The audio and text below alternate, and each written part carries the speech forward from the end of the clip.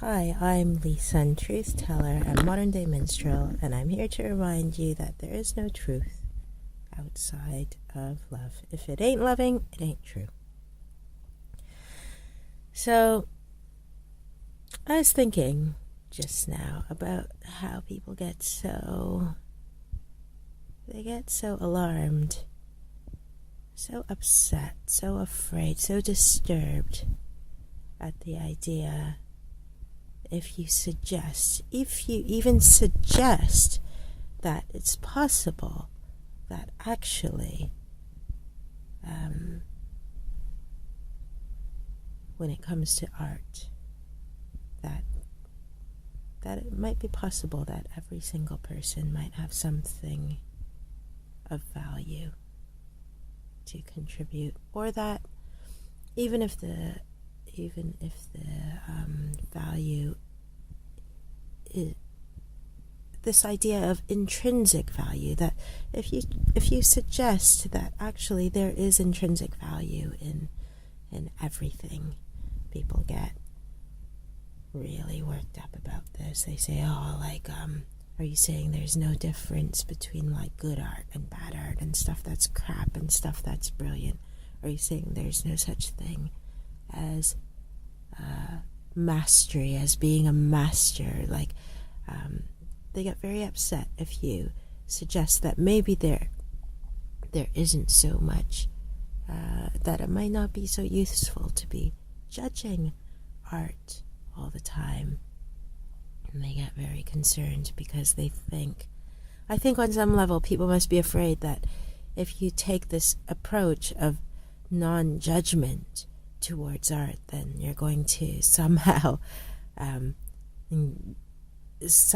not be able to tell the difference between something that moves you and something that doesn't. You suddenly, you're going to have to be subjected to hours and hours of involvement in stuff that is really crap, just completely puerile and worthless, and your life is going to become this endless stream of going to these. No, that's not what non-judgment is about. Non-judgment is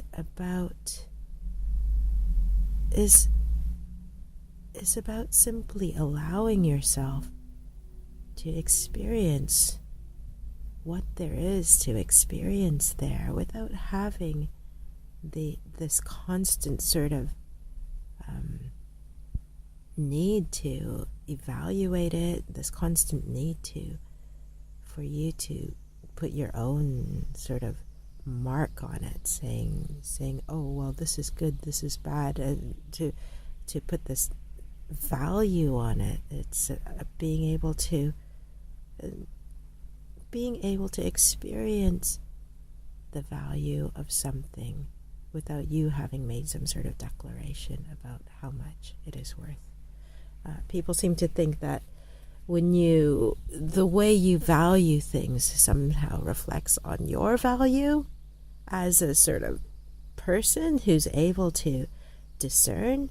It kind of somehow, if you can see that everything is crap, that somehow makes you more clever. It makes you somehow it gives you value, like putting down something else. That's no, I really don't go for that at all. I do go for the idea that you don't have to judge things in order to experience value, and in order to discern in your heart what is of value to you and what is not. You don't need to know other people's judgments in order to find value in something. There's this really interesting little thing. Oh gosh, I can't remember the guy's name, but he's a famous concert violinist, and he as this little experiment, he set up he busked. He was playing in a subway for like a busker, and nobody knew who he was. They just walked on by, kind of later on, at some point after that, that busking experiment, like soon after, I think it might have even been in the same city, he was going to play at like Carnegie Hall or something, sold out. Seats were like $100 or I don't know, 200, who knows, they cost a lot, and it was completely sold out. So this guy, who everyone, maybe it wasn't sold out, I don't know, but anyway, it was pretty full. A lot of tickets are sold for a lot of money, and so many people would pay that to go see this guy who had been, stamped as great, but put the same guy in the subway, and he's playing the same pieces, or doesn't matter if he's playing the same pieces. Anyway, he's playing his best. He's playing great stuff. Nobody stops. People just push past, go by, go by, go by. Nobody appreciates what's going on there because they just don't value it. There's no... they don't value it because there's nothing in them that's connecting to the value that's there. The